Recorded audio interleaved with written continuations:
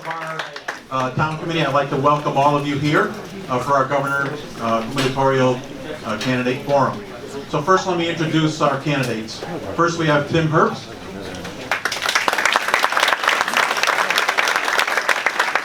Mark Boughton. Steve Upsitnik. David Stemmerman. And Bob Stefanowski. Love your name, Bob. I love your name. Okay, I'd like to introduce Todd Feinberg. So for those of you who don't know, you all can know him. Todd has graciously volunteered to moderate our event. Todd runs the afternoons with Todd Feinberg on WTIC News Talk Radio. So I'll turn it over to Todd.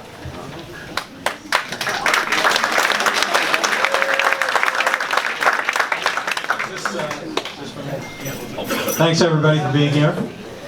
We have just one microphone. That's how bad things have gotten in the state. Back when Governor Rowland was in charge of things, there were mics for everybody. I believe it. That's what I understand. So what we're going to do is, we've got three different parts to this. We're going to have an hour of question and answers. No. What's the format? An hour? Yeah. So an hour of, I'll throw out questions. We'll get 2 or 3 of them to respond to each of them, and then we'll do a faster round of 1-minute answers, and then we'll do a Q&A for a half hour. In case you guys think of something you want to ask them that they haven't said, but I assume you'll be wary of them by the time we get there. So first question, we'll just go in order, if that's all right. We'll start with Tim Herbst. What is the single most important issue facing the electorate this year? 86 billion, at least, probably higher than that, of unfunded pension and retiree health care liabilities in the state of Connecticut. Unfunded liability, ladies and gentlemen, is code language for future tax increases. What it means is if we do not deal with this problem right out of the gate, next governor, whoever that person is, and I have every confidence it will be a Republican, if we do not deal with this problem right out of the gate, 4 years from now we will be gathered here in Southington talking about another election where we'll be looking at deficits that are much larger than the projected $5 billion deficit that the next governor will inherit.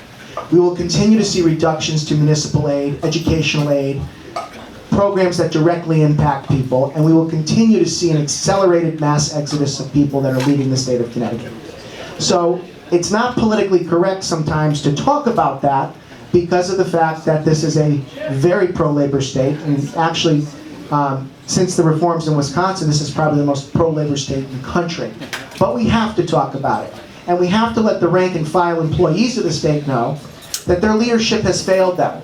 It's not pro-labor to make somebody a promise, a financial promise that you don't fund, that you kick the can on, and that you mortgage the future of not only our retirees, but of the state of Connecticut and its fiscal health. If we do not deal with this problem right out of the gate, it's going to result in higher taxes and more deficits. So if I'm elected governor of the state of Connecticut, in my first 45 days, I will send a budget repair bill to the legislature that finally deals with this problem in the same way states like Wisconsin and even Rhode Island under Democrats have dealt with it. We have, without question, one of the worst fiscal situations of any state in the nation. Scott Walker 8 years ago inherited a $3.2 billion budget deficit in a state of 5.7 million people. And his pensions actually were much better funded than Connecticut. The next governor of Connecticut will inherit a $5 billion budget deficit in a state of 3.5 million people with that 86 billion and number growing, looming over. It's a very bad situation, and we've got to tackle that problem right out of the gate, or we won't be able to cut or eliminate any taxes because it's going to lead to a truly balanced budget, which will allow us to restore fiscal predictability to our state. Just pass it right down. Let's get everybody on this question. Good evening, everybody. My name is Mayor Mark Boughton from the city of Danbury. It's my pleasure to be here once again in the great town of Southington. And I certainly have been here enough times where I've got to play around at golf out there. But tonight we're here to talk a little bit about what's facing the state. And the first question, I think, is an appropriate question. Really, there are 2 pieces. The first piece is we have to install, implement, create a pro-growth economy to put our people back to work. Connecticut is in a death spiral and has been in one for a while. This next 18 months is critical. It's the most important time probably in the history of this state. So if we can recalibrate how we treat businesses, if we can recalibrate the fact that we want to reward those that are out there investing money every day into the state of Connecticut and get them to begin hiring as well. Some, not all, I'll speak this in a second, some of our potential budget issues get looking a little bit better. But until we put people back to work, until we give people faith in our state, until people understand that this problem is so big and so huge that 60 people are leaving a day, companies are leaving every week, we're going to struggle to do anything else. And I would say that we absolutely have a budgetary nightmare. We lurch from crisis to crisis. Today we rolled out our 10-point plan for Connecticut. It'll be on our website first thing in the morning. I encourage you to look at it. But I wanted to think about this number because this to me is the most frightening number. There's about 1 million households in the state of Connecticut. Think of your home. Your home actually has a $100,000 mortgage on top of it that you don't know about. And that's the unfunded, unpaid liabilities that this state owes. So when you hear that, and people hear that, we have to recognize that this is the moment in time to say enough. We've had enough. It's the Connecticut moment. Let's take advantage of that and let's use this fall election by getting a state house elected, and a state senate elected, and our constitutional officers elected to be able to implement pro-growth policies. Our big idea for the state is phasing out the state income tax over the next 10 years. And by doing that, we will send a signal to all of America that the days since 1991 have changed, that the zero economic growth has changed, and since 2004 that the negative economic growth has changed, that we are serious about being open for business. And you can't do that when your welcome centers are closed. Those are signals that are sent to people every day that we don't care about you, want you to invest your money here. So two things have to happen. We've got to attract and create a pro-growth economy, and secondly, we've got to address all of the unfunded liabilities that are facing us. Can you restate the question one more time? What was the question? What's the single most important issue facing the electorate? The single most important issue. Good evening, my name is Steve Upsitnik. I think the single most important issue facing Connecticut is leadership in your governor. The first night I went to sea, I went to the Naval Academy. I did my submarine service out of Groton. And I got on board as a lieutenant junior grade, and they said, you're going up to the Arctic Circle. And the first night we went, the captain took me to do a zone inspection back in the engineering space. And as I was back there for 3 hours, at one point he said, Steve, I'm going to give you the one leadership lesson you need to know for the rest of your life. Leaders set tone, tone creates a culture, and culture is your destiny. Leaders set tone creates culture is your destiny. I had no idea what the man was talking about at the time. But after watching a lot of leaders in the military and business, and watching this governor, what we do have is a governor whose tone is the chief apologizer. He's the chief tax collector. He's the chief evictor of people from the state of Connecticut. My tone will be very different. But his tone has created a culture of defeatism and survivalism, and we know what the destiny is. 100 people a day being evicted from this state. A 30% reduction from the peak of the housing prices. 30% longer it takes to get anywhere in this state. And our taxes going up by over $2 billion. So my tone is very different.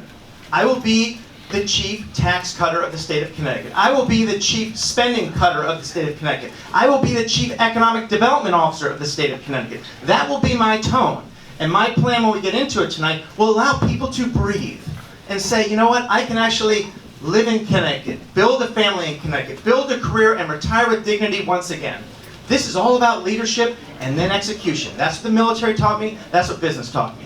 So I look forward to getting into more specifics. Thank you.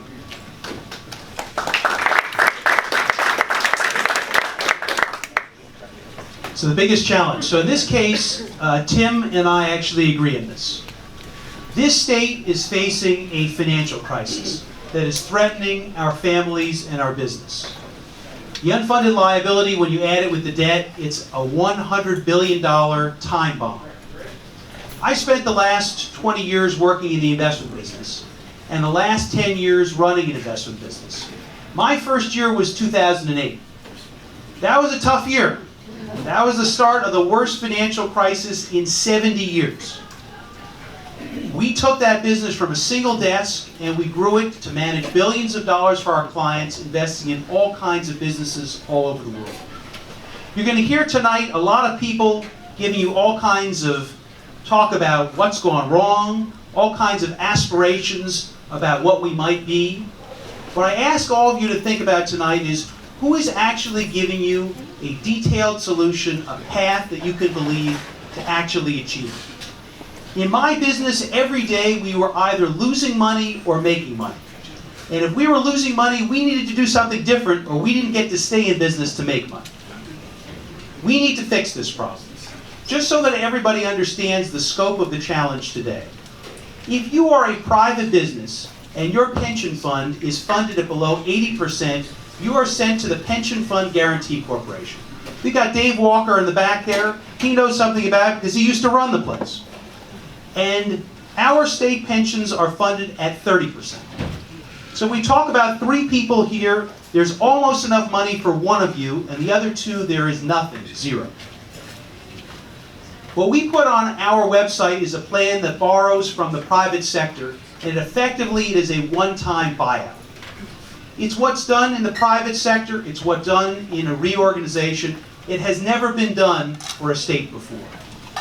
You're going to need a leader who we talk about having outside-the-box thinking. This is not a problem that's going to be solved by saying, oh, let's put the next generation into 401k plans. Or let's just buy out the current retirees at 100 cents on the dollar. The numbers simply don't work. And in my business, if the numbers don't work, you're out of business. We are going to bring in experts that are the top people from all over the world to help us with this.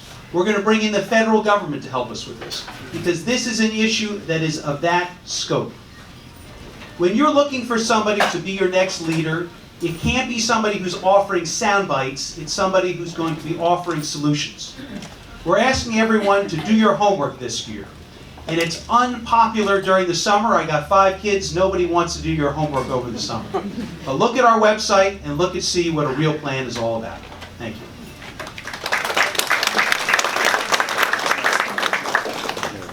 So thank you. My name is Bob Stefanowski. I'm going to agree with Mr. Sitnick on this one. I think the bottom line that this state needs is leadership.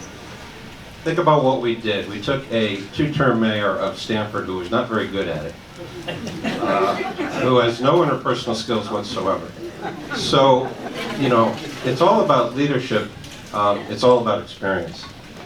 This is a crucial election. This state is in a state of crisis. There's nobody on either side of the aisle that has run anything near the size of this organization other than me. I was with General Electric. I started as an entry-level person. There's 300,000 employees in GE.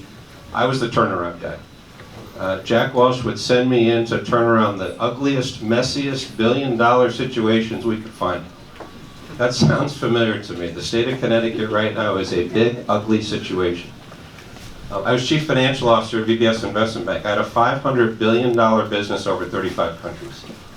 You learn something when you run organizations of that size. It's something we need in the state of Connecticut.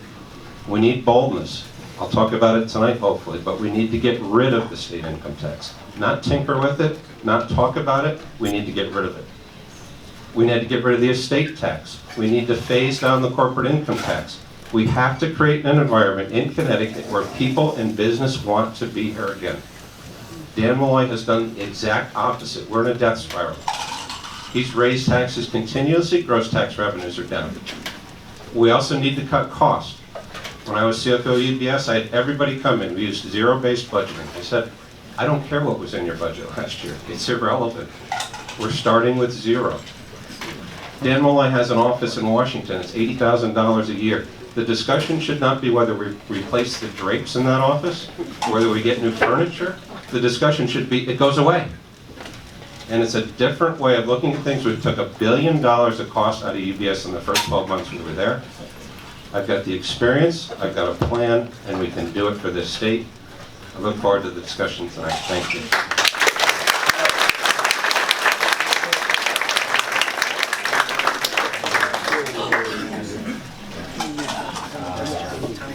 All right, that's it for tonight. No, just kidding, a little more. All right, next question is on the SEBAC agreement. Do you mind if we do this one a little quicker? Can we do 2 minutes? Can you adjust it? But you've got to reprogram the clock, so. We got the timekeeper up here throwing him a curveball. Let's do 2 minutes on the SEBAC agreement. What is it going to do to the state over the next decade? And what needs to happen to it during the next 4 years? I disagreed with a Republican governor who agreed to a 20-year agreement. And I disagree with a Democratic governor who thought it was smart to extend it another 10. And here's why it was a mistake. We, as a government, lost one word that is critical when you're dealing with that much in terms of your budget. We lost leverage. Leverage.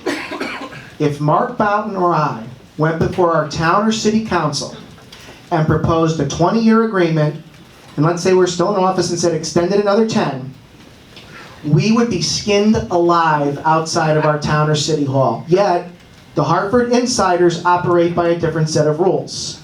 We all manage our towns and cities, in large measure, under Republican leadership, responsibly. And our state government does not manage responsibly. So, our leaders in the Republican Senate and House and the minority were so right to fight that 10-year extension because they recognized that the SEBAC agreement accounts for at least 40% of a fixed cost in our budget. So the next governor is going to have to deal with this whether we like it or not. Now, one thing that you have experience as a municipal leader is dealing with unions, negotiating with unions, understanding the laws regarding collective bargaining, and what it takes to regain that leverage for purposes of the taxpayer. The first thing I'm going to insist upon is we should not have a paid union leader as the Speaker of the House of Representatives guiding the legislative direction in approving that agreement. The next thing we have to do is understand that there is a line between management and labor. When I was the first selectman, I negotiated with unions and union leaders. We agreed, we disagreed on some things. Sometimes the negotiations got tense and tough, but there was an understanding that there was a line and we all had a job to do. The next governor has to deal with this and utilize every possible legal and judicial remedy at law to deal with this problem.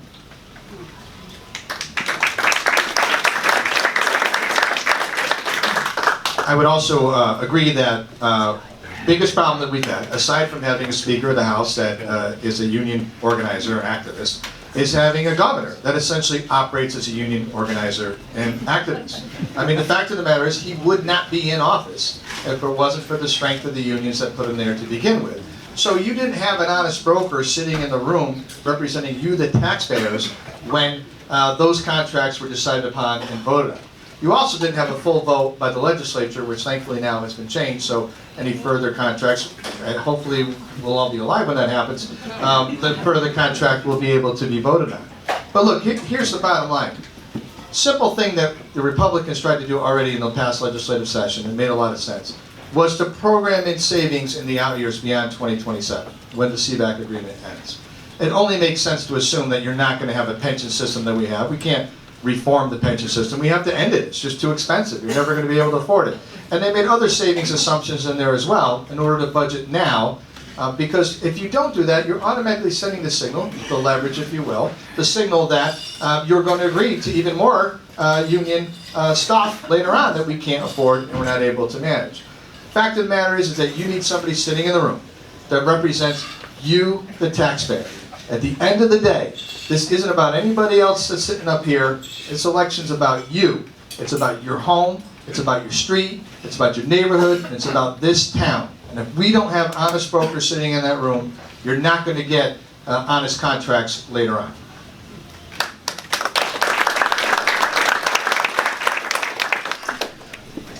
This election will be about 3 words: makers versus takers.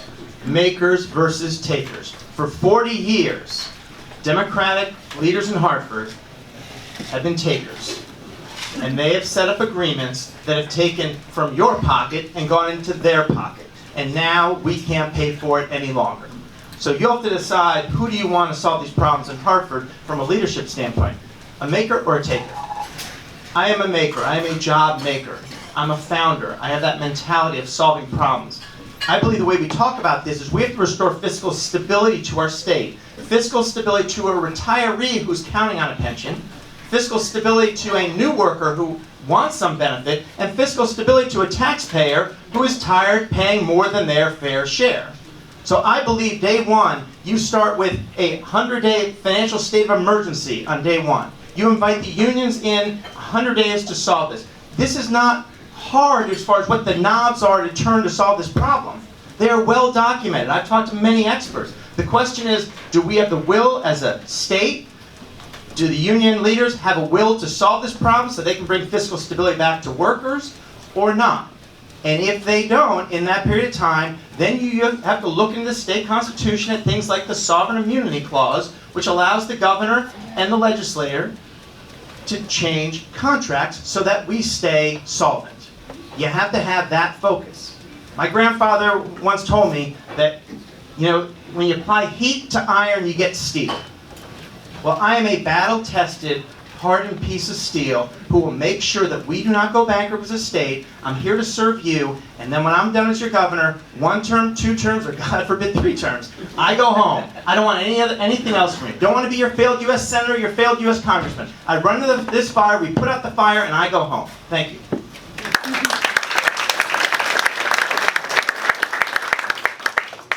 So again, you're going to hear people with shared aspirations. Let's talk about how we're actually going to get it done. Again, in terms of scoping the problem here, Dan Malloy is handing the next governor, over the next 4 years, an $11 billion budget deficit. It's $2 billion in year one. It goes up by $500 million each year to $3.5 billion at the end. And anyone who says that we can live with this SEBAC agreement is saying that we are going to find a day where we literally cannot pay our bills. So how are we going to deal with this? This is an unconscionable, undemocratic act by a lame duck governor and his henchmen in the legislature. But we need to deal with it. And we're going to take 2 approaches. The first is either a negotiated settlement, and the second is legal recourse if we cannot reach a negotiated settlement. In terms of finding a negotiated settlement, you need to offer the other party 2 things. First is you need to offer them something better than what they have today, and they need to have a credible threat that if they don't agree, it will be worse on the other side. And that's, again, we put out on our website, you can hear it again and again tonight on davidseverman.com, exactly how we would do this. So what we would do is we would go to the state employee that says there's only 30 cents on the dollar that's there. And we'd say, we can't get you to 100 cents on the dollar, but we have to do better, because it's currently unfair to you and your family that we've made promises that can't be kept. We're going to add resources for you. But it's also unfair to our taxpayers to pay for benefits you can't earn yourselves, and you can't take away education for our children. And so we're going to set the right number for everybody. And if we can't reach agreement, yes, we will need to rely on the U.S. Constitution. And when Judge Kavanaugh becomes Justice Kavanaugh, I am confident we will have 5 votes on the Supreme Court, and they will agree that the state of Connecticut can exercise its sovereign powers to take care of its people. Thank you.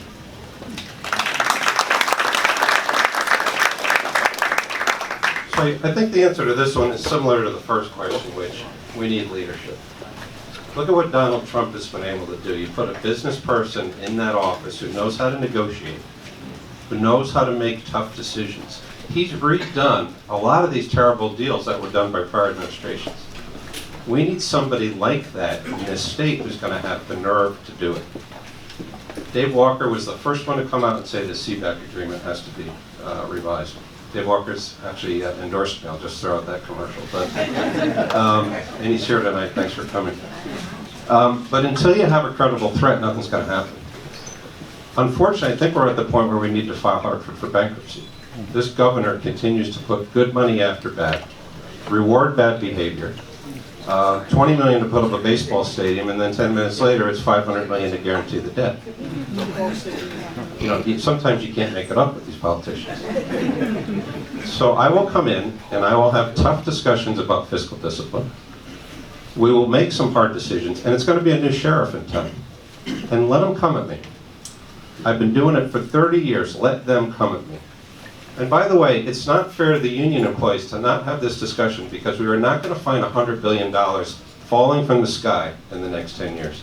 We need to be fair, we need to be firm, we need to have an answer, and we need leadership. That's what this state needs right now. Someone we can be proud of as the CEO of the state of Connecticut.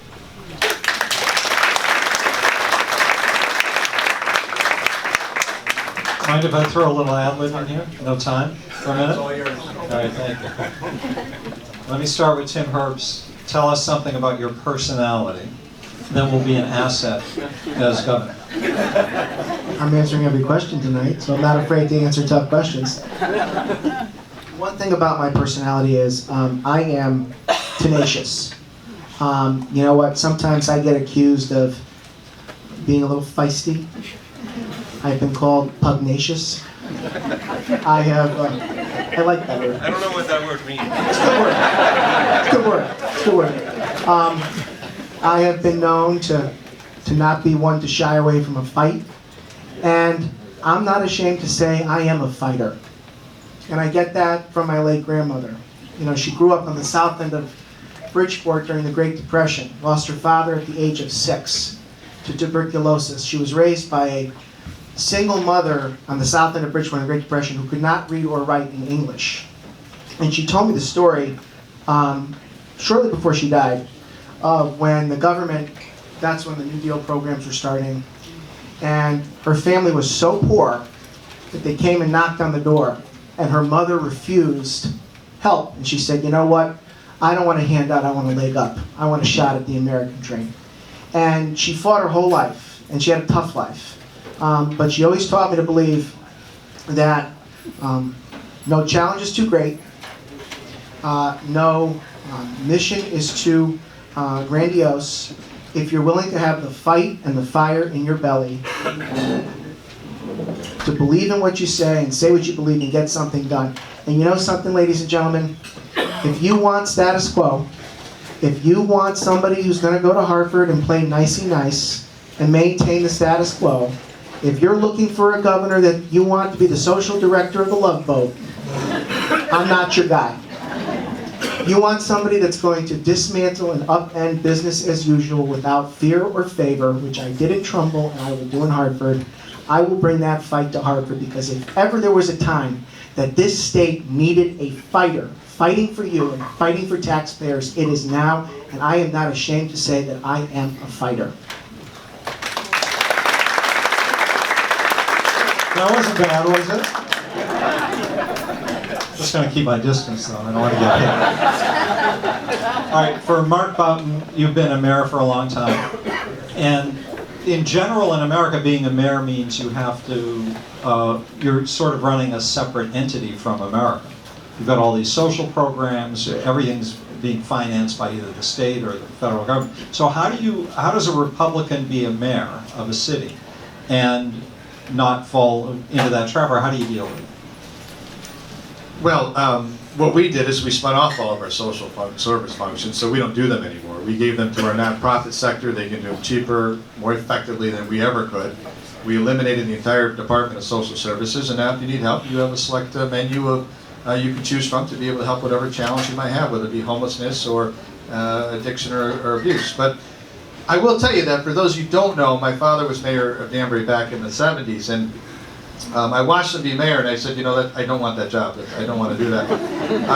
And somehow I ended up where I am today. But I ran for the state legislature in 1994, and my father pulled me aside, and he was old school Yankee and you know, just the salt of the earth. And he looked at me and said, listen, you're going to do this. My name got you to the dance, but I'm not helping you. And I go, well, thank you for sharing. But so I said, well, why aren't you going to help me? He says, because when you do this, I want you to do it on your own.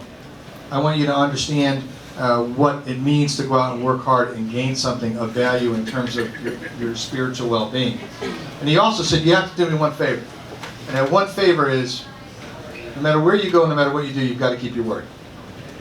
You know, be careful who you give your word, how you give your word, but keep your word. And that's been really a mantra that I've had in my city for the last 20 years. So if I tell you I'm going to pave your street, it may not happen tomorrow, but you can guarantee there's going to be a truck showing up there with asphalt at some point to be able to pave the street. And in my city, which is 40% Latino, which is 2 and a half to 1 Democrat to Republican. I've been leading with a supermajority of Republicans for 17 years because I've always kept my word to the taxpayers of our city. Thank you, Mark Dalton. Steve Obsidnik, military background, high-tech background. Everybody talks about Connecticut having a vibrant high-tech economy, an innovation economy. Everyone looks to Massachusetts in envy, to New York in envy. Is it possible to do it here? How do you think? Yeah, great question. It is possible, but not with the current regime that's leading us. I was involved with one company which you may talk to her a lot. Her name is Siri on your iPhone. And I apologize, she's not perfect. But that was started out in California. And there were 2 Yale professors who actually were involved in Siri early on. Can you imagine if Siri had been born in New Haven instead of Palo Alto, what we'd be talking about? So it is possible, but what we have to do is first start with what we do really well. And I forgot my map out of my RV, but I talk about building career corridors from Enfield to New Haven, from Groton to Greenwich, because in that 91-95 corridor, broadly defined, there are 42 trade schools to universities. There are 24 Fortune 1000 companies who have not evicted themselves yet.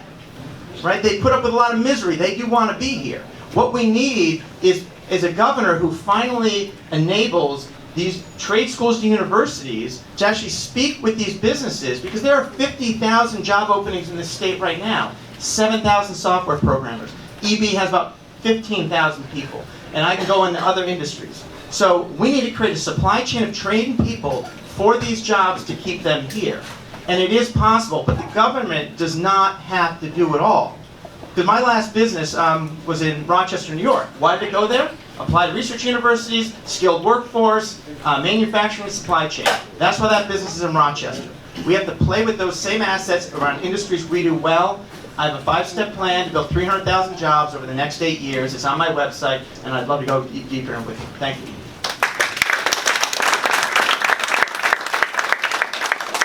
All right, David Stemmerman, maybe the only candidate in the race with fewer bathrooms than children.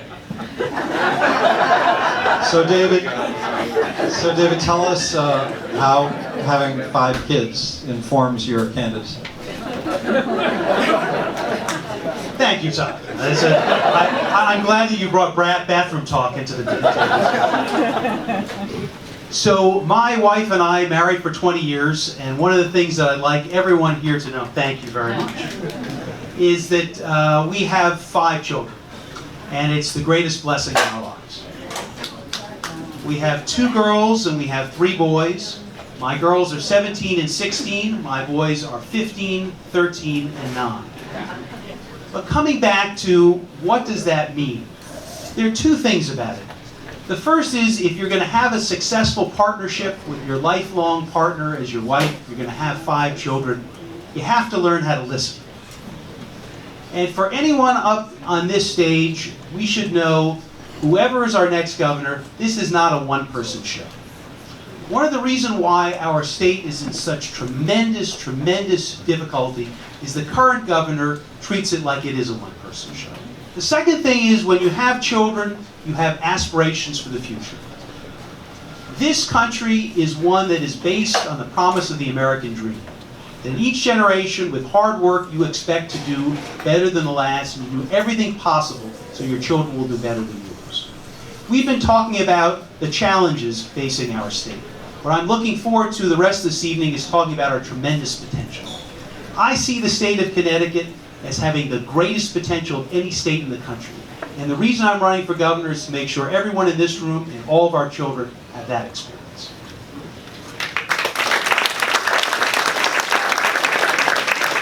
All right, now for the guy you don't know, Bob Stefanowski down here at the end. Bob, Yeah, are you ready? I'm going to stand for this. Please do. You're taller than me. Maybe you should sit. I like being taller. How do we turn the state around? The way to turn this state around is with fiscal policy that actually works. Before I even got into the race, we did a survey of voters, and A couple things came out loud and clear. 90% did not want a career politician replacing Dan Malloy, and 60 to 70% of the people, it was either jobs, the economy, or taxes. We have to fundamentally get this tax down. I get it, SEBAC is the elephant in the room. But you don't grow a business by just cutting costs. You can never cut your way to prosperity. No state has ever done it. Connecticut's not going to be able to do it. I've rolled out a 5-point economic plan. It's endorsed by Art Laffer. Art was Ronald Reagan's chief economist, and he just helped Donald Trump with his tax plan. He's known my wife, Amy, and me for 20 years. Get rid of the estate tax. Lower the corporate tax. Phase out the state income tax over 8 years. Cut costs. And a taxpayer bill of rights to give the power back to the people. Referendum, initiative, and recall. If we had had that when Lowell Weicker tried to put this tax in, it never would have come in. 15 years before the income tax came in, Connecticut, fastest growing state in the nation. 25 years since, slowest. Economic policy drives behavior. Look at what Trump's done in a very short time with this national economy. 4% GDP growth. We could use some of that in Connecticut. So Todd, to answer the question, we got to focus on cost, we got to focus on all the negatives, but we have to grow. I've been growing companies for 30 years. You can never cut your way to prosperity. You've got to grow the top line. That's what we need to do here.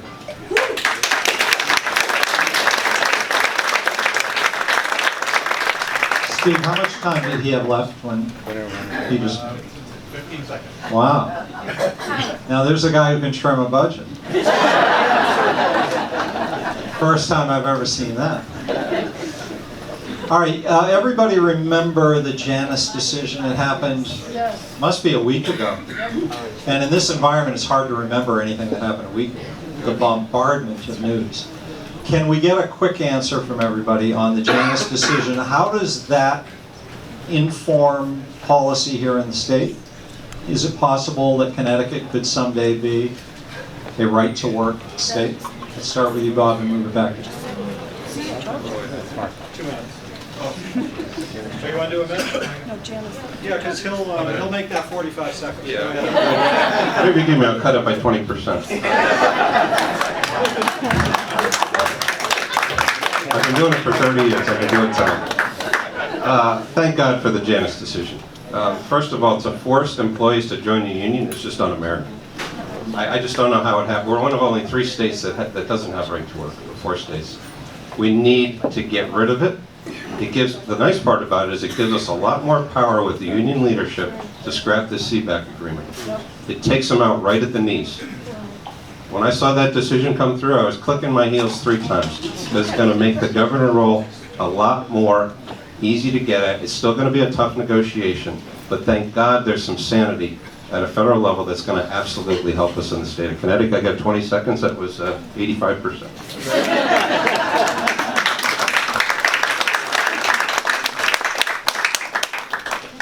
Just so everybody's on the same page here, for those who are not following every decision of the Supreme Court, the Janus decision was a decision that if you are a member of the state employee union, you are no longer forced to pay union dues, regardless of whether you support the union. And that has 2 very important implications. The first is how you're being represented in bargaining for wages and benefits. But the second is those unions are the reason why there has been a stranglehold on the legislature and on the governorship. Because those union dues have been used for political support. And while private sector contractors have been barred from political activity, the state employee unions have been using that power to create a chokehold over our state. We've been putting out one policy paper after another, and to give you a little bit of a preview, we're going to have something on this one in just a few days ahead. Thank you.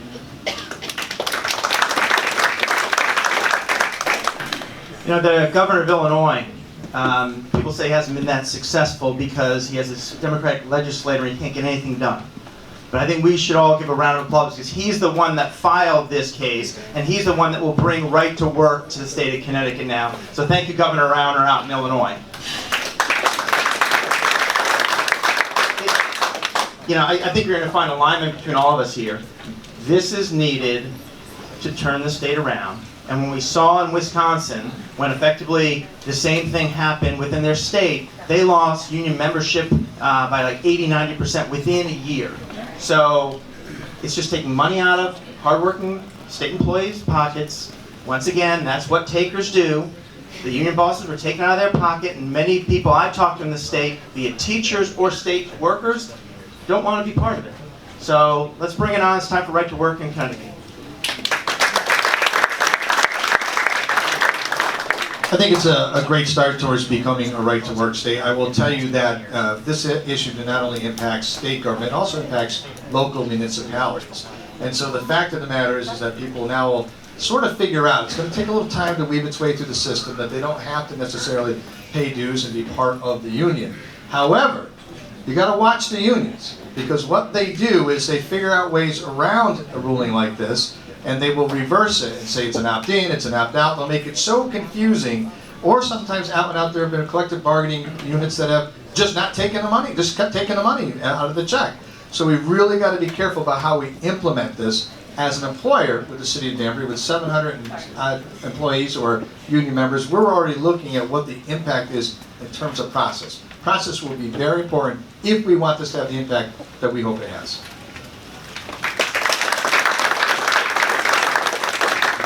This federal precedent, coupled with federal case law in the Second Circuit Court of Appeals, our circuit, with a case out of Buffalo, gives the state of Connecticut, from a legal perspective, tremendous opportunity to change the laws of the state of Connecticut and to level the playing field.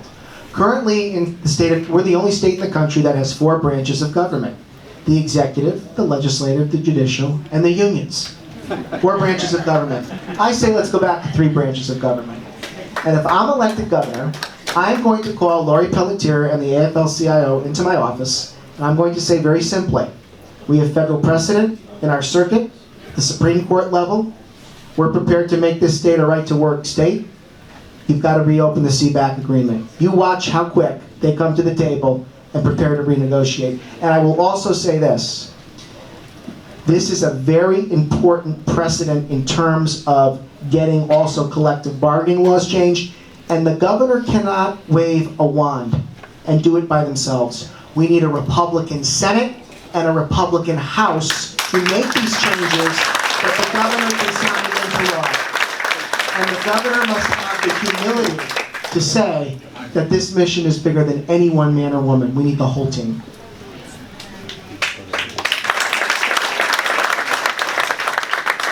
And the real bad news is they're not 4 equal branches of government.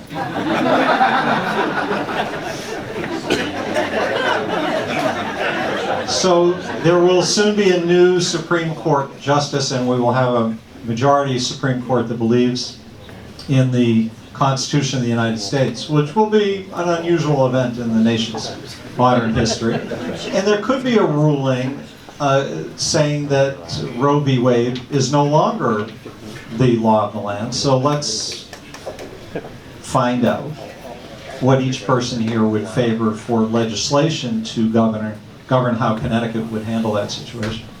Do a minute each? 2 minutes? I mentioned this in the debate the other night at Mohegan. I don't know how many of you listened or watched it. But I will tell you something. If the Supreme Court were to reverse 50 years of precedent, which was reaffirmed in 1992 under Planned Parenthood versus Casey, by a court that Ronald Reagan had a tremendous stamp on creating in 1992, they're going to have to establish a constitutional justification to repeal Roe v. Wade. If Roe versus Wade is repealed, likely the court would say that they would rely upon the 10th Amendment and turn that back to the states and to the people. What most people in this room do not know is that in 1990, the Connecticut General Assembly passed legislation which codified the essential ruling in Roe. So for the state of Connecticut to repeal Roe versus Wade will require the legislature to send that to the governor's desk. I'm going to tell you something, folks. I'm not going to lie to you. That's not going to happen with this legislature. It's not going to happen. I am proud, though, to have the endorsement of the Family Institute of Connecticut, because they are supporting my candidacy, because I have been the only candidate to say publicly that I favor parental notification and consent laws in the state of Connecticut when a minor receives an abortion. If they have to call, if parental consent is required for a child to take an aspirin in school or get a body piercing, the parent should have notification if their minor child is going to get an abortion. So you know what?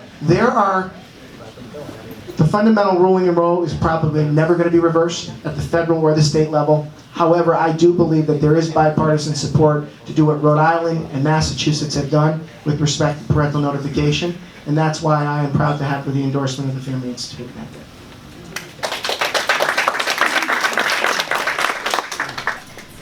You know, I taught high school for 14 years before I owned a small business and before I went into politics, and I never saw a bad kid. I saw bad parents, I saw bad school decisions, I saw bad upbringing and a bad social environment for a child. But generally speaking, you can always point to the challenges of this child related to the circumstances surrounding their upbringing. So for that reason, I consider myself pro-life. And I've been that way my entire political career. However, I also manage a city that's famous for a letter that the Danbury Baptist Association wrote to Jefferson. And in that letter, they asked about this idea of separation of church and state and how that should all work out. And that term was codified when Jefferson wrote back and said, look, there's got to be a separation of these moral beliefs and of governing. So because of that reason, I don't want to see government get in between a woman and her body. These are personal choices that have to be made by each family, each woman, in terms of what she wants to do. Now, as a Christian, I would tell you that if somebody said to me, I'm thinking about having an abortion, I would say, well, think hard, because if we certainly, there's options there besides an abortion, unless your health is in danger or something like that. I would encourage you to consider maybe adoption before you give up the baby, or before you abort the baby. So that's really where I come from in terms of the issue. I don't see any change really that's going to be implemented beyond this, certainly our lifetime. I will, again, just reiterate that I think every child is worthwhile and every child has a future. And I think in terms of the kind of state that we create, if we put more money into adoption services and helping parents and cut some of the red tape of actually adopting kids, we can certainly provide a more viable option to people out there than necessarily going through an abortion. Yeah, I was born and raised Catholic, and it's obviously a very personal decision, I think, for everyone to consider. I think Tim said it right, that the chance of it being overturned at a federal level and then at a state level is small. That being said, this election needs to be about Dan Malloy. We cannot allow Ned Lamont, retread Ned, to take these issues out there and mobilize a base around if it's Donald Trump or social issues. This has to be about how Dan Malloy has destroyed 30,000 jobs in the state of Connecticut, how he's destroyed 30% of our housing value, why it takes 30% longer to get anywhere in this state. We've got to keep the focus on the customers of Connecticut, the taxpayers, and that's what I will fight for. Look, at Annapolis, we all learn how to box, to take a punch, to throw a punch, to get knocked down, and to get back up. And I will fight and prosecute this election about the destruction of the quality of life of the people of Connecticut. That's what you'll get from me this election.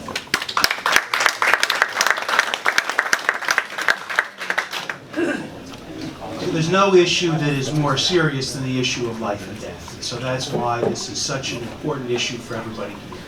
And these are among the most deeply held views that anyone would have. As you heard before, I'm a father of 5 children. So how do I feel about this personally? I think that the numbers speak for themselves.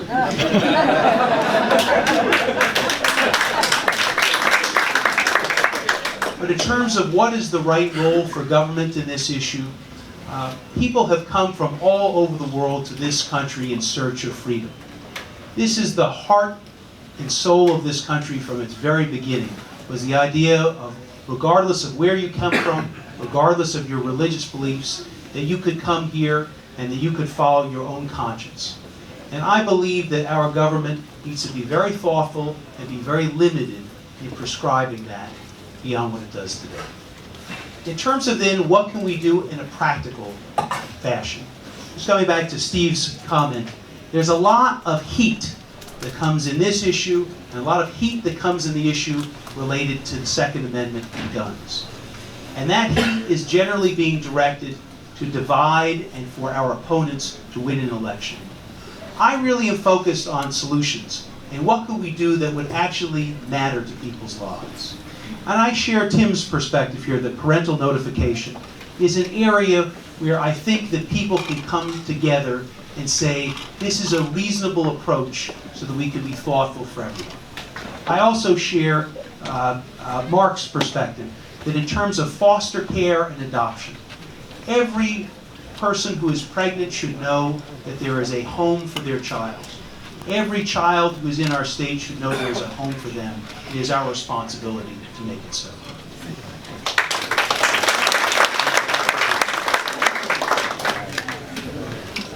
I thought retread dead was your term.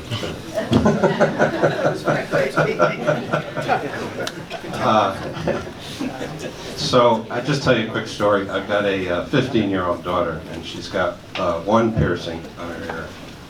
And we had a big discussion at home, could you get two? I don't even like one, never mind two, but my wife gave me one, so we went down to the, I forget what kind of store it was in a mall, Claire's. Yeah. And being the great dad that I am, I let her go into Claire's and I went and got an ice cream, so I'll be back in 5 minutes. And I came back and it hadn't been done. And you know why it hadn't been done? Because she needed parental notification to have her ears pierced. You know, if my daughter needs parental notification to have a second piercing, and I'm not saying that's wrong, by the way, because if I did it, my wife would have killed me. But if we have it for that, we definitely have to have it for abortion. I do agree with Tim.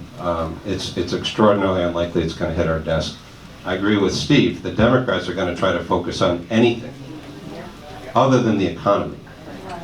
And you're going to get tired of hearing about leadership tonight, but leadership is focusing on the 2 or 3 things that are going to move the dial.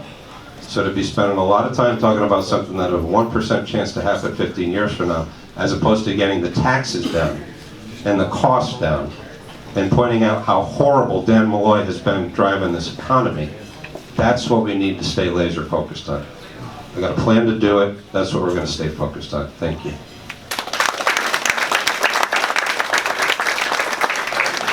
So we heard some nuance in the answers here, something that a lot of people have been complaining of late, that there isn't room for nuance, there isn't room for differing opinions, that if you're a Republican you have to be all the way to the right, if you're a Democrat you have to be all the way to Moscow. So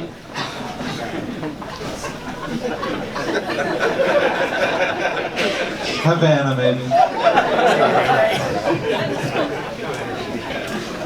What is it, is that even an aspiration we should have, to get along and find agreement between the sides, or are things fine the way they are right now? You're talking about the federal government or our state? You're talking about the mood of the country and the division, the sense of divisiveness. Well, look, I mean, when Barack Obama was our president, I didn't like it. I didn't vote for him, but I respected the office of president. And what I'm sick and tired of is the people that don't respect the office of President of the United States. And look, it's not our fault that they nominated the worst possible candidate on the Democratic side, who was under active FBI investigation as a candidate. And you know what? She should have done the perp walk. I'm sorry. So, you know, I think that the Democrats want to make it politically correct to hate the president. And they want to make this election about the president. And here's the deal. If I'm the governor of the state of Connecticut, my job is to get things done for the people of the state of Connecticut. And I'm going to work with my president to get things done for the people of the state of Connecticut. Especially, and this president, give him credit. He's the first president in my lifetime to talk about infrastructure and the need to invest in our infrastructure. And if ever there was a time to do so, it is now. And Connecticut's going to need all the help it can get, because as you've heard, we are maxed out. So in terms of working together, here's how I would approach the party divide as governor. You know, as a society, we're becoming too accustomed to talking at each other through a tweet or a Facebook update. And nothing replaces a handshake and a face-to-face conversation. And sometimes those conversations are uncomfortable. Sometimes you're going to have disagreements. Sometimes those disagreements are heated.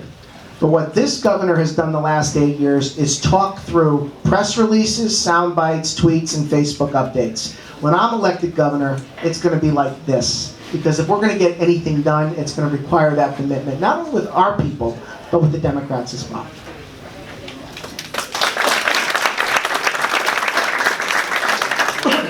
To get elected mayor in Danbury, it's a pretty simple formula. We're a Democratic city. You need to win about 90% of the Republicans. You need to win about 60% of the unaffiliated voters. And you've got to win at least 20% of the Democrats. That's the way it works. So what you have to be able to do, and it's really the difference that somebody that's actually held elective office versus somebody that talks about it, is be able to listen to all of the different stakeholders within the community. Everybody's got an idea. And sometimes it's more important for politicians to shut up and listen, and less important for them to talk. Particularly when it comes to our cities. You know, as I travel across the state of Connecticut, people are always asking me, how are we going to win the cities? We get New Haven, Waterbury, Hartford, we're never going to win, we're going to get killed again. And I go, look, first of all, I've been doing it for 9 elections, so I get how to do it. Second of all, you got to listen, and we can't abandon some of these places. We have good Republican policy ideas to address education, to address crime, to address safety and security, all the challenges that those folks are facing. We can run and manage a community or a state with Republican ideas, Republican values, and conservative ideas, and I've done that for many, many years.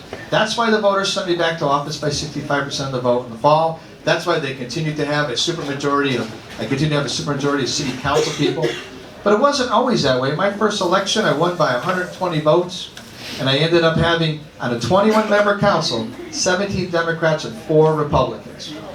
And I put enough people together to have 11-person majority to pass our agenda every time and be able to get things done. And we got rewarded in that second term by a 75% victory. So the fact of the matter is you can do it. We can do it in our cities and towns across the state. All we got to do is spend a little more time listening and a little less time talking.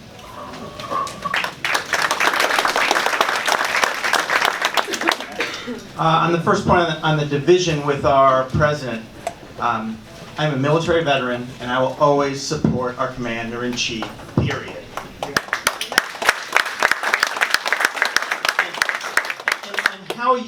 What I've learned in the military and the Navy, when I've gone through tough times, or maybe not so tough times, but when I found myself on a Saturday morning about 500 feet under the polar ice cap, 2 knots to nowhere, and you got to get about 150, 200 men out of bed to go clean the bilges.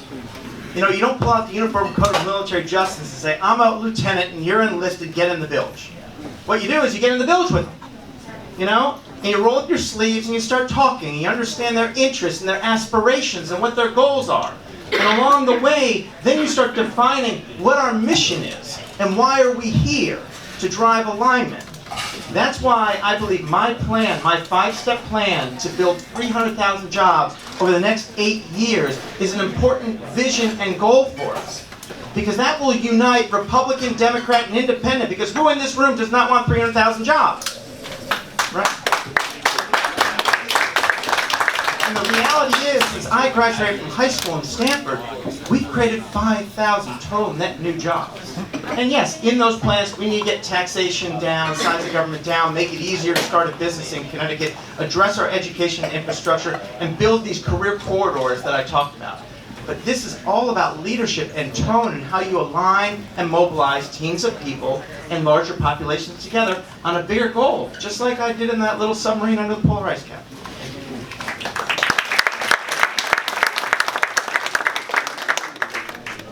So just a week ago, I was in Bridgeport marching in the Puerto Rican Day Parade. And I must have shaken hundreds of hands, and I think everybody in the front row outnumbered the number of Republicans. And when I asked people, so how are we doing here in Connecticut? They all said the same thing. Not so great, or they'd start laughing, saying, come on, you're not really asking. And when I would call out to everyone in my okay Spanish, Salvamos Connecticut, todos juntos, Everyone was cheering. Everyone's cheering because we all want the same things. We want lower taxes. We want lower spending. We want a good education for our kids. We want jobs. It's the same thing. But what we want to capture this opportunity is somebody who's not a partisan warrior. It's somebody who's a business person, who's going to come in and is going to say, what brings us together? I grew up in Massachusetts when it was known as Taxachusetts, and it was run into the ground by one Democrat after another. And in the time since then, they've had Governor Weld, Governor Romney, and now Governor Baker. Governor Baker is the most popular governor in the country, in the land of Elizabeth Warren. And how is that possible? Because he taught, there you go. And so what is he doing? He's talking about things we can agree upon. So there are a lot of things we disagree upon, but how about this one? How about rebuilding our trains, roads, and airports by attracting billions of dollars of private investment? That's a 90-10 issue. Everybody's going to like that. How about making our schools the best schools in the country and having our workforce be the most productive on the planet? Is that a divisive issue? No. In Massachusetts 20 years ago, they found themselves in the same place we were, living off the legacy of the past. They came together to bring up high standards, accountability, bring business and educators together. Those are practical solutions. That's what we can do when we come together.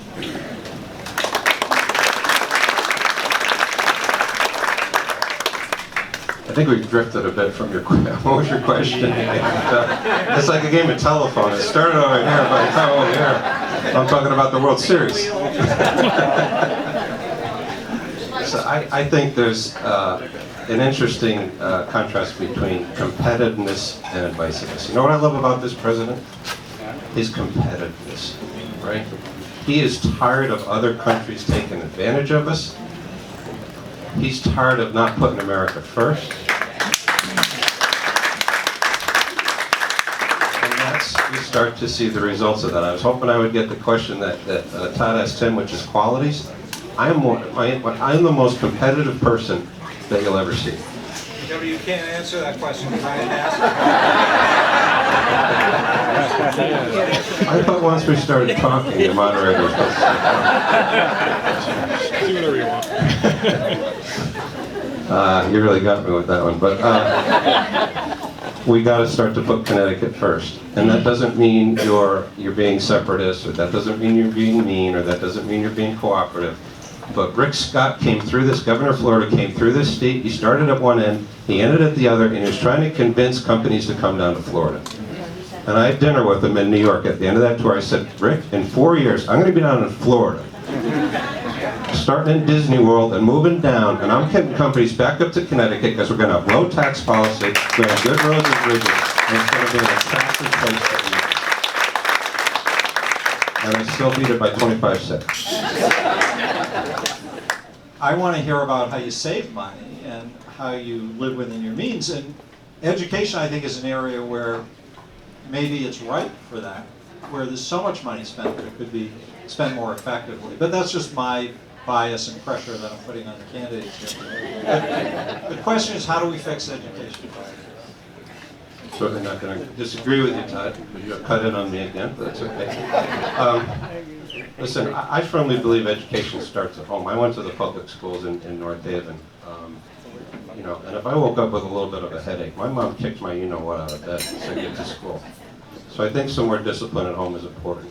But there's also accountability. We spend more on education than almost any state. The problem is it's not outcomes-based. There's no pay for performance for teachers. There's not enough support at home. We don't have enough school choice.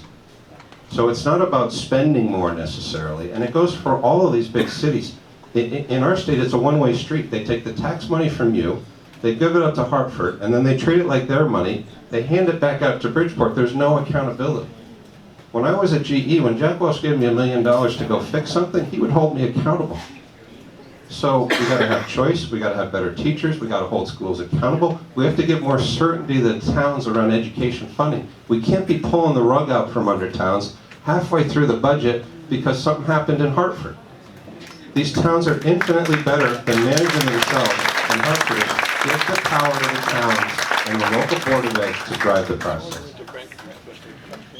20 years ago, like Connecticut, their schools were good, but they weren't good enough. And unlike in our state where we say we're going to have Common Core, they say Common Core is common. We need to set the highest standards. Accountability, what does that mean? It means if your students can't master the material, they don't progress to the next grade. It means for your teachers and your principals, if their kids aren't progressing, there are consequences for them. And it means for a local community, if you are failing your children, you lose the privilege of local control. In terms of then bringing school choice into action, I was at Amistad Academy in New Haven. We need to have choice. We need to have a student-centered funding formula where the money follows the child. Those schools that do better should get more students, and those students that are doing a lousy job either need to do better or we're going to close them down.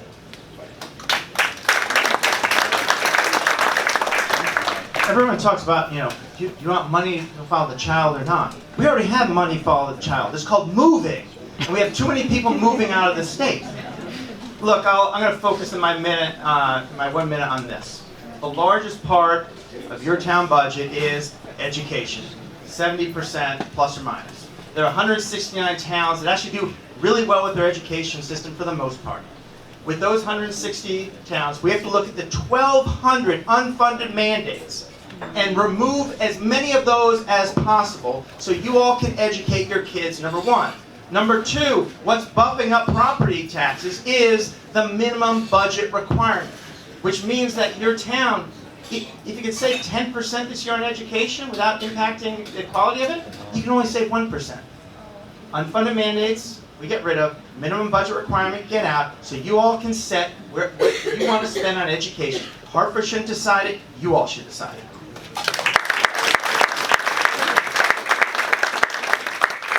I spent 14 years in the classroom as a social studies teacher at Danbury High School. Got to work with Mike Bunko here, and it was an honor to do that. And I have a master's degree in educational psychology. And as a former public school teacher, here's one thing I can definitely tell you. Education is not always about the resources. It's about much more than that. It's not about money. It is about how you deploy those resources and what kind of return you get on that investment. In Danbury, we're building our first charter school because we believe in having competition within our school district. And yes, the school board hates it. And yes, the union's ready to lose their minds over it. But the fact of the matter is that this provides another opportunity, another choice for families to decide where to send their child. And in this school, kids will start kindergarten learning both Mandarin as well as English. So I'm going to take a young student from South America who just arrived here, and I'm going to teach them Chinese, English, and Spanish, and they will be ready to perform in this 21st century economy. So at the end of the day, we can do this by giving parents choice and allowing for choice within their a la carte option of educational menu, and it's not always about money.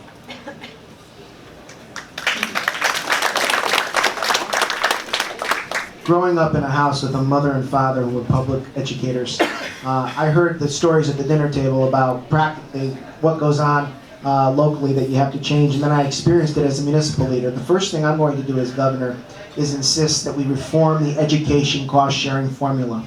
And the reforms need to be rooted in two basic principles: accountability and basic fairness. We have to stop punishing well-managed municipalities and continue to reward those municipalities that are doing their job, but we can't reward bad behavior. Beyond the educational cost-sharing formula, we have to get rid of unfunded mandates. That's what causes your local property taxes to go up. And the minimum budget requirement needs to go. Why should a budget continue to go up under state law if enrollment continues to come down? Let local school districts have that money to reprioritize. We've got to change some of the special education laws in the state as it relates to burden of proof, which are costing a lot of municipalities significant funds. It will require state change. That is where I would start in terms of the changes that we make to give towns and cities the relief that they require, and more importantly, to let educators at the local level do what they do best, which is educate.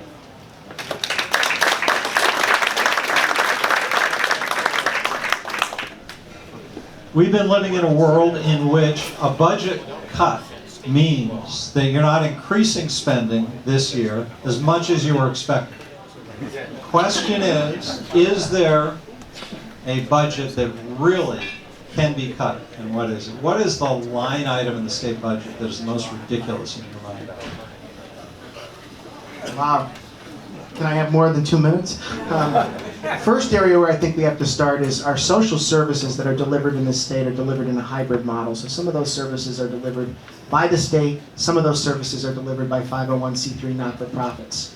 If we were to allow those 501c3s to do what they do best, 3 times the service, 1/3 the cost, we could save $650 to $700 million a year. I think the health care that we give out in Connecticut is overly generous, and we know this because Dick Blumenthal, your senator, elects to keep his Connecticut health care over what the federal government provides because he contributes virtually nothing towards his health insurance. That is outrageous. If we were on the Massachusetts public sector employee health care plan, we would save anywhere from $600 to $650 million a year. There are certain departments in our state that need to be consolidated. There are certain departments that need to be decentralized and in some instances privatized. One department that I think needs to be completely dismantled is the Connecticut Department of Motor Vehicles. It is the most dysfunctional agency in our government. It is a textbook definition of why government can be made smaller and smarter and more efficient. You shouldn't have to call in sick to work to renew your license. That's outrageous. It's a disgrace. Mark Boughton and I agree on the Board of Regents of Higher Education. He said it today. It's become a dumping ground for political patronage. I agree with him. There are plenty of areas in the state budget that is wrought with waste, fraud, and abuse. And when I'm elected governor of the state of Connecticut on day 1, I will sign an executive order appointing an inspector general for the state of Connecticut charged with rooting out waste, fraud, and abuse. And I will go to the legislature and ask them to pass a law expanding their powers beyond the state auditors and giving that person and those people that work for them subpoena power to root out the waste, the fraud, and the abuse. So yes, to answer your question.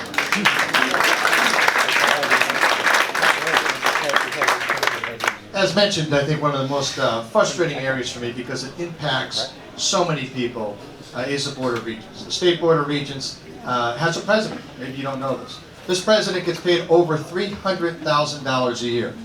Now in Danbury, we're blessed to have a great institution, Western Connecticut State University. Maybe some of you have gone to that. The president of WestCon gets $200,000 a year. So we have a president for a president, which is absurd. But what's really absurd is that the president of the Board of Regents can't talk to the press. No, he can't do that. He needs a spokesperson. So we pay that spokesperson $180,000 a year. And what's really absurd is that the president of WestCon can't talk to the press. He needs a spokesperson. So we pay that person $150,000 a year. Now what's really absurd is that the sports department of Western Connecticut State University, they can't talk, the coaches can't talk to the press, so we have a spokesperson for them, and we pay them $120,000 a year. This state spends $3 million a year on spokespeople to pick up the phone and call the newspaper. It seems to me that it's just one example of the waste, fraud, and abuse that you see. But what's really tragic about that is that the students end up paying that in the form of higher tuition, and some poor kid next fall is not going to go back to school because the tuition went up just 3% or 3.5%. I'll tell you another place that's right while we're on the subject of higher ed, UConn.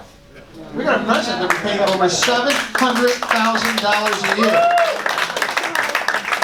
She's got a driver with a car because she can't drive a car, that would be too hard. And she has 2 houses, one in Stores and one over on Prospect Avenue. So the fact of the matter is that we pay our administrators at UConn much higher than when their counterparts in other parts of the country. We spend too much money, and who pays for that? The students that want to go there. And it's absolutely tragic. It's why your tuition bill is $55,000 a year. And it's certainly something that we can start on to be able to save money. And what's really bad is in this economy, those kids who get their degrees that you help pay for, all of us do, go somewhere else to live. And that's the tragedy of that system.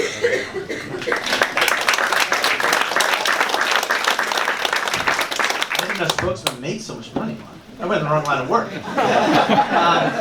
Look, in my 5-step plan of 300,000 jobs, step 1 is make government smaller and more efficient. $3.5 billion of annual savings, detailed and outlined. Okay, and I'd love to go into that afterwards. I'll buy a beer and go through all 3.5 billion of them.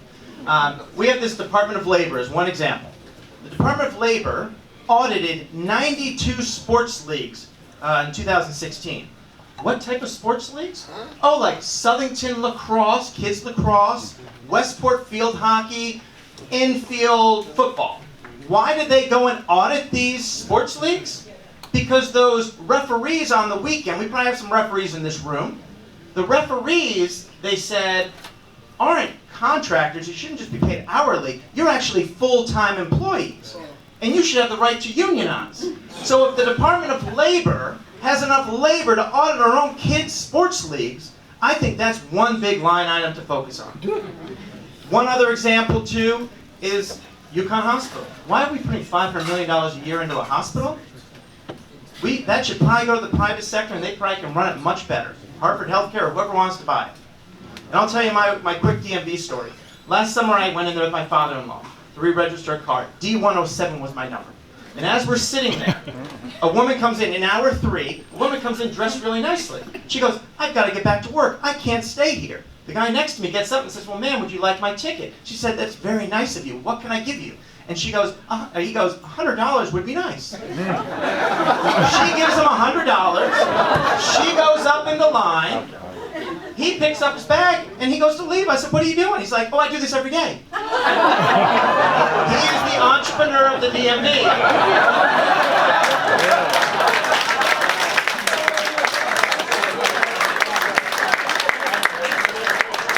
It probably pays better than the spokesman. And I had a fundraiser like 4 months later. I'm telling this story, and the woman sheepishly said in Darien, yeah, that was me.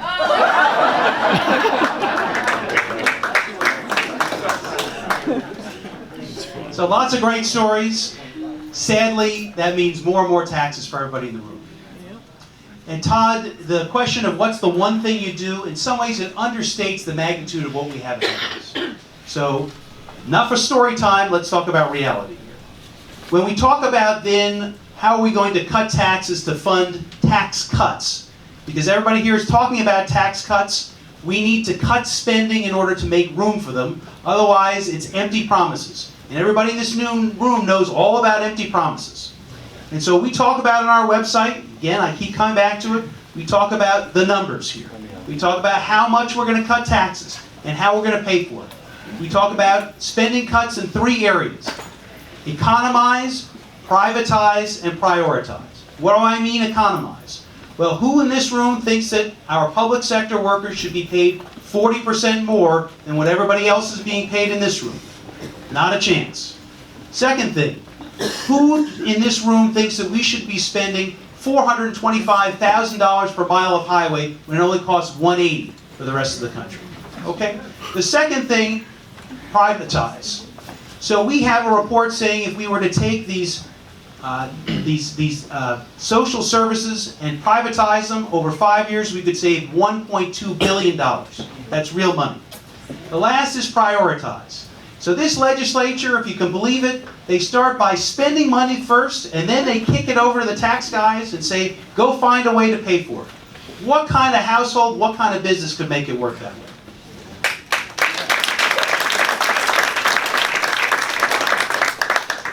I really brought the mood down a little bit. I'm trying to follow that up. There's a lot of good ideas. There's plenty of places to go. What we need is a person who's done it before. As a chief financial officer of UBS Investment Bank, I'm a certified public accountant. I'm a certified fraud examiner. When I brought the groups in at UBS, when I was the CFO of UBS, and I brought all the departments in, and we sat around the table, and I said, great news, guys, we're going to do zero-based budgeting. What do you think I heard? Clapping and smiles? You know, you're going to hear maybe tonight, it was in the debate, that government's different than business. It's not. I sat every one of those departments around the table. I said, we could do this the easy way, or we could do it the hard way. You can go back and take 50% out of your budget and come in within a week and give me your proposal. Or, if you don't come back, I'm doing it for you. I guarantee you every one of those people came back with a revised budget, then I then cut by another 25%. So it's about leadership, it's around discipline. The reason you hear these stories, and I enjoyed the stories actually, the reason you hear these stories is a lack of discipline, a lack of accountability, and a lack of leadership. You can't control what you don't measure. There's no measurement in this government. They take our taxes, they view the money like it's ours, and they do whatever they do. Let's give Hartford $500 million. Let's build a $20 million baseball stadium. And that creates a culture of excess. That's the problem we have in this state right now. We need somebody to come in and clamp down on it. GE was the best company I've ever seen at managing costs. I can't wait to get out this budget. I'm going to rip cost out of this government like you've never seen. And I'm going to enjoy it.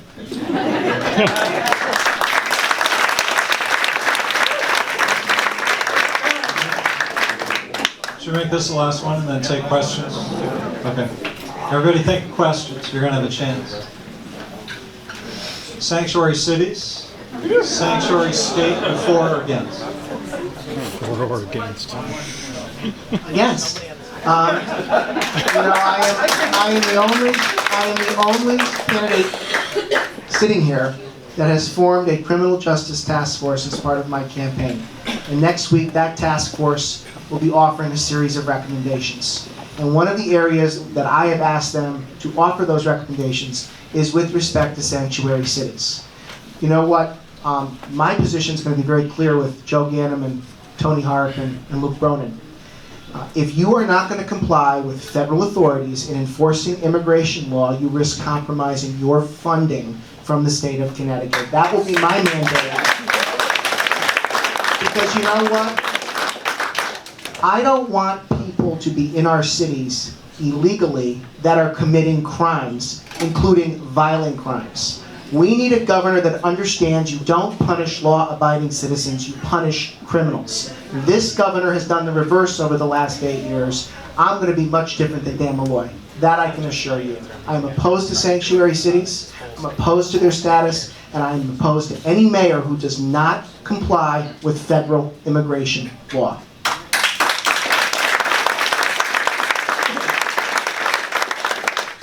Let me be very clear, Danbury is not a sanctuary city. And when President Trump raised his hand and he said, listen, we're going to start stepping up enforcement, and Governor Malloy said, oh, you can't come to Connecticut, I raised my hand and said, you can come to my city anytime you want, President Trump. We certainly will welcome your further enforcement. I'm also the only mayor in this state that entered a program called 287G with the federal government under the Bush administration, and we had 2 of our officers trained as immigration agents. They went to Quantico, Virginia, they came back, and we made about 30 arrests under that program. These were hardened criminals, people that exploit children, people that had multiple DWIs, and we got them deported. Unfortunately, President Obama ended the program, and actually it was our own undocumented community, people that are here illegally, that were upset that it ended, because they knew that there were people exploiting them and preying on them, and they wanted them just as well gone. But the fact of the matter is, it's illegal immigration has a profound impact on the community. I'm one person that can attest to that, and it makes it very difficult to manage when you're trying to be able to go out there and deliver services that you want to deliver. No to sanctuary cities.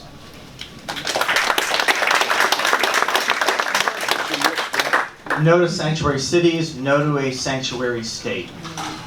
I patrolled these waters off here in a nuclear submarine, and I protected and kept us safe, and I will keep us safe as your governor.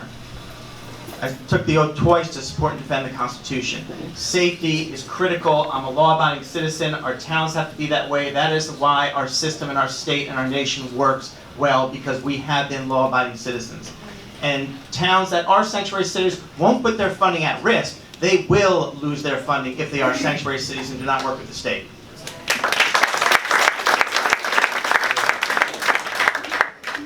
I appreciate this is a question that we need to answer, but I sort of can't quite believe we have to answer this question. I mean, what are we talking about here?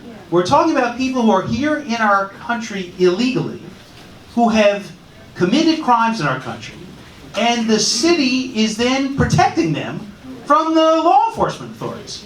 Like, what is there to talk about here? I'll cede the floor. But just the last thought here is, so how do you deal with it? Accountability here. So we provide money for the states, for all the cities here, for support. There needs to be something in return. If you are not enforcing the law, you don't get the money. It's very straightforward. Thank you. This one's kind of been covered, but I am against sanctuary cities. Think about what's happening right now. You're a mayor of one of these sanctuary city towns, and you're telling the governor, I don't care what the law is, I'm not going to enforce it. and then the next day the governor sends you a check for God knows how much money. How does that happen in government? I mean, would that ever happen in the private sector? If Jack Welch told me to do something, I said, Jack, I'm just not going to do it today. You think I'd get a bonus at the end of the year? I wouldn't even be there at the end of the year. How does this behavior happen in government? It needs to change. We need somebody from the outside sector who knows how to change it and exert some discipline on the system. That's the only way we're going to fix it. All right, before we take questions from you guys, how about a little appreciation for these candidates? I think we can see.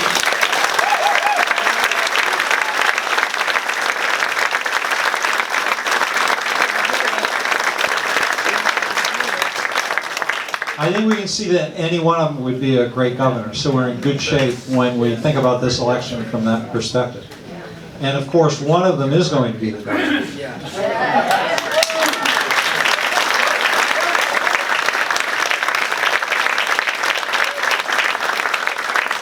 So let me give the candidates an opportunity to congratulate and thank you guys for being here tonight. They weren't as quick on that as you guys were for them. It's a trick question. It is. That's true. You guys are what it's all about. On a sweaty July night when you could be out having a barbecue on a beach somewhere. You know, it's a beautiful thing to be here thinking about politics. That's the legacy that our founders gave us. Those guys risked their lives so we could have forums like this. So thank you for being here. All right, who's got questions for these guys?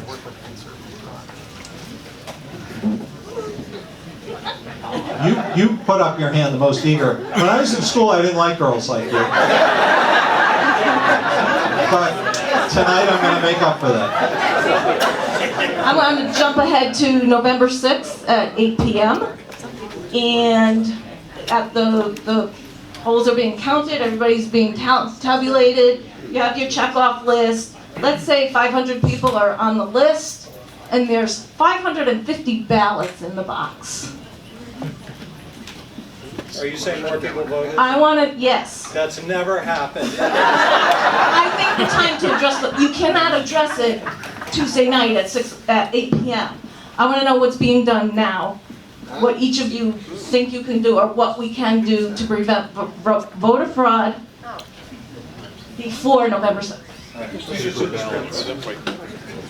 8 years ago, I was in my first year as Trumbull's chief executive, and I was deployed, because I'm also a lawyer, I was deployed to Bridgeport to supervise the recount in an election that Tom Foley lost by just over 6,000 votes. Mark was his running mate for lieutenant governor. What I saw was horrifying. Horrifying. And guess what? The biggest problem is in Bridgeport. The biggest problem is in New Haven. That I can tell you. Because in 2014, when I ran for state treasurer, I won 114 out of 169 towns, 3 out of 5 congressional districts. Denise Napier's margin of victory in New Haven alone was greater than her total margin statewide. So this goes on. So our state party needs to be putting a plan in place now of to how we're going to deal with that. And I will tell you, it's not going to be easy. So the best way to deal with it is to do what we haven't done in the last 2 elections. We have to increase our pluralities in towns where we have underperformed. We've underperformed. We had a 9-point lead 6 weeks out in 2014. We lost by 2. We've lost 2 elections that we should have won. We've got to get people out like we've never gotten them out before. People need to realize elections have consequences and you have to vote in elections. Otherwise, you're not going to be able to fix things. But the state party needs to put an infrastructure in place to deal with this. And if it requires legal or judicial intervention to stop the fraud, we've got to do it. All right, who else has a question? Let's direct your questions to a specific candidate. Elaine, how are we doing? Can we let your husband ask a question? Is that all right? He doesn't even know the question I had.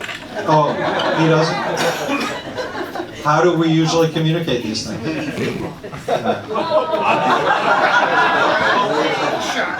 Can you guys wait while we do a little marriage counseling? Whoever wins can we go into voter ID, make it official in Connecticut? Do you want to ask that of somebody in particular? Whoever wins. All right, I'm going to decide that's Mark Button. Let's let him. Well, it's currently already in the law to provide a photo ID at the point of polling, but there are abuses, particularly in the absentee side, where you basically can request an absentee mailed to your house. You don't provide any ID. So look, I don't think there's anything wrong with asking somebody to identify who they are when they show up to vote. I mean, every other thing in life you do, you have to whip out your license or your social security card. I'm stunned by people that claim that it's some way of voter suppression and not allowing people to vote. It just makes no sense to me at all. So I think we have to do that, but I'm going to tell you that there's a movement out there that I'm deeply concerned about. Boston is voting on a referendum that will allow non-citizens to vote in municipal elections. I think that's absurd. I mean, look, I served in the military. I served in the military for the very right for people to go out and exercise their right to vote. And obviously, the highest thing that you can earn in this country is citizenship. And it's something to be coveted and treasured, not just to be thrown away by saying, we'll let anybody vote. So that's an issue. But certainly we have to work closely with our registrars. We need a new Secretary of State, because this one's completely out of her mind. Sue Chapman's in the back there, make sure you talk to her. So if we can do that, we can put some legislation and they'll tighten things up. Who's in the back who wants to ask some? Furthest back person. All right, we're going to have to measure. Where are the linesmen? What do you call the guys with the chain? All right, we'll let this guy do it right here. This is for any of you. What is your plan to defeat Joe Ganim in the general election? Now you notice there's an assumption made in that question. What will it take to defeat Joe Ganim? Anybody feel bold enough to answer this? All right, Steve, sit.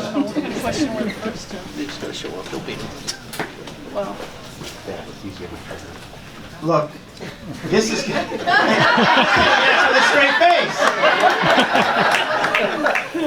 I think what we have to do is take it to the voters. Do you trust? Because this election will be about trust and character. Do you trust your governor to be who has been a convicted felon for corruption? Do you want that person to be your governor?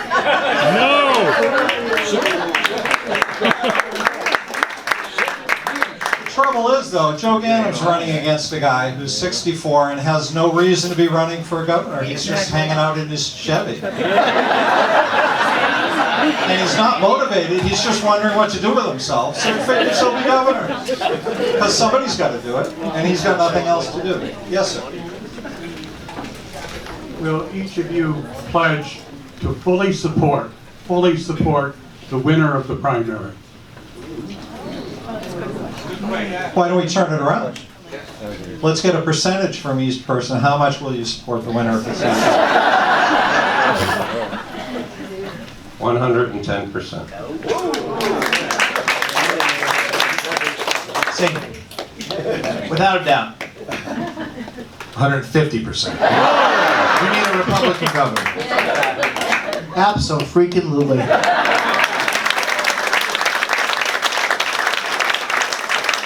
Actually, sir, that went so quickly, if you have a second question, we can fit it in. All right, excuse me, he's been so eager. Hi, this is for Tim. You were talking about pensions for politicians.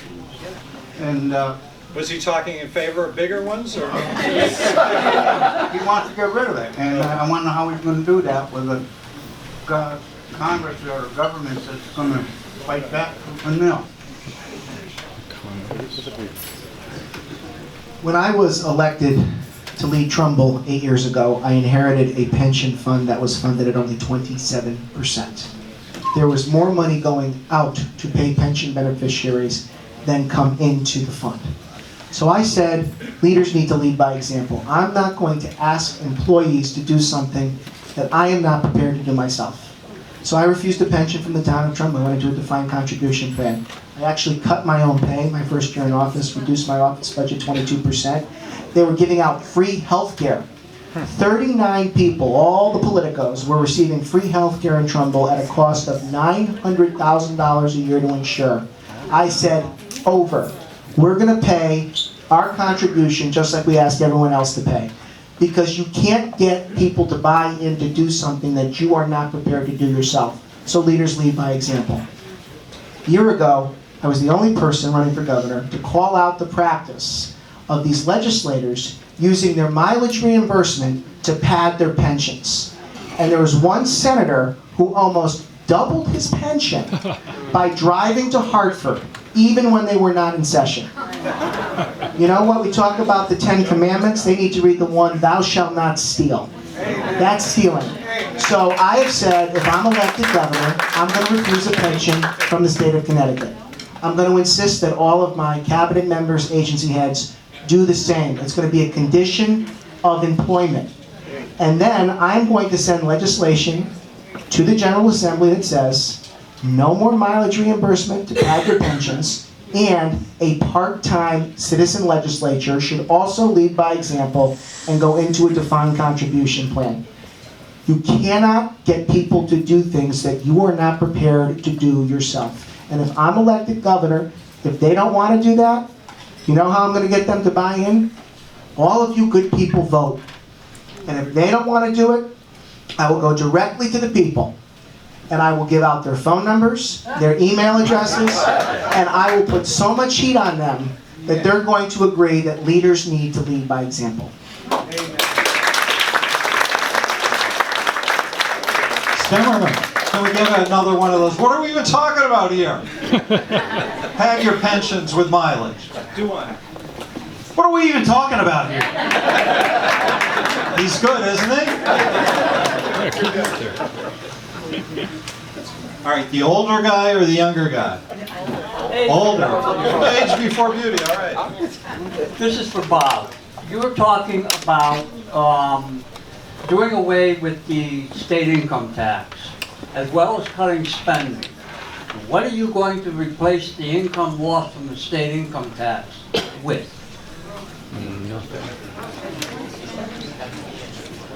Is he asking you, Bob? I think so. Is that what he said? No, I wasn't challenging you. You want to take this one, son? It's been proven in state after state. I'm a supply sider, right? Art Laffer taught me this when 20 years ago. And Dan Malloy has done exactly the reverse. He's raised income taxes every single year, and gross tax revenues are down. You know why? Because more people are leaving the state than the incremental rate on the tax.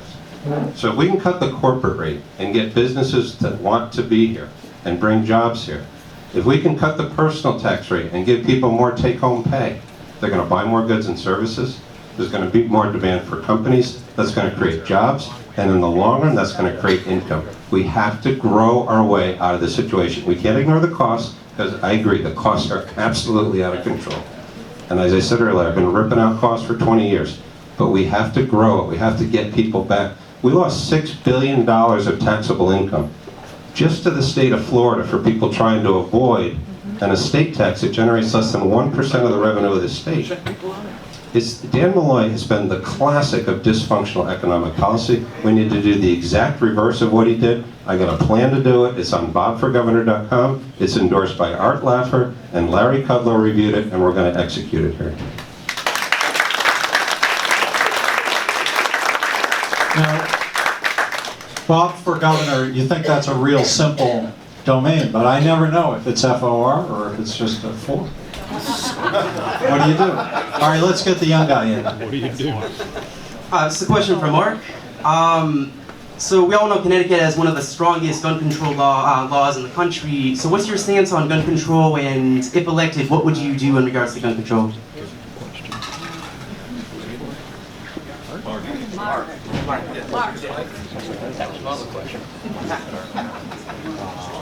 I don't think we need any more gun laws in the state of Connecticut. And I think that in many ways, and I've heard from a lot of folks within the industry, stakeholders, all kinds of advocates, that speak about the current gun laws, and there are definitely issues in there in terms of being able to open up accessibility for those folks who want to legally and lawfully own a firearm. So I certainly would entertain any legislation that came through and would sign it accordingly. I would veto any legislation that would be considered an erosion of gun rights or some way looking for some backdoor way to take away the legal and lawful right that's articulated in both our state constitution and our United States Constitution to own and operate a firearm. We've been considering trying to go for the Guinness Book of World Records for the longest political event in world history, but we decided we're not going to do it tonight, so this will be the last question. What are your thoughts on tolls? Well, they're all for them, of course.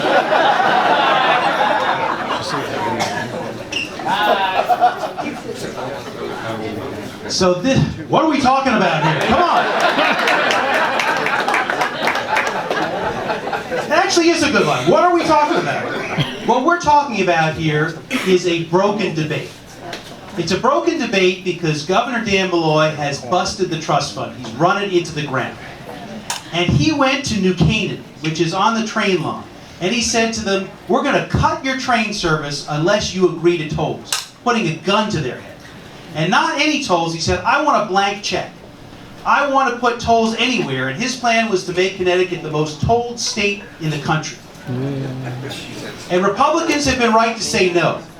Last year, Tax Freedom Day was the last in the country here in Connecticut. We're paying taxes here longer than anyone in the country. In addition, who's heard this story about, oh, we're going to have dedicated money in the lockbox? Don't believe it. In addition, let's go back to the numbers. How well are we spending that money in transportation? Again, $180,000 per mile for the country, $425 here in Connecticut. But the question is, what are we going to do about it? Leadership, and we talk about outside-the-box thinking, provides solutions. And our outside-the-box solution is to attract billions of dollars of private capital to rebuild our trains, roads, and airports.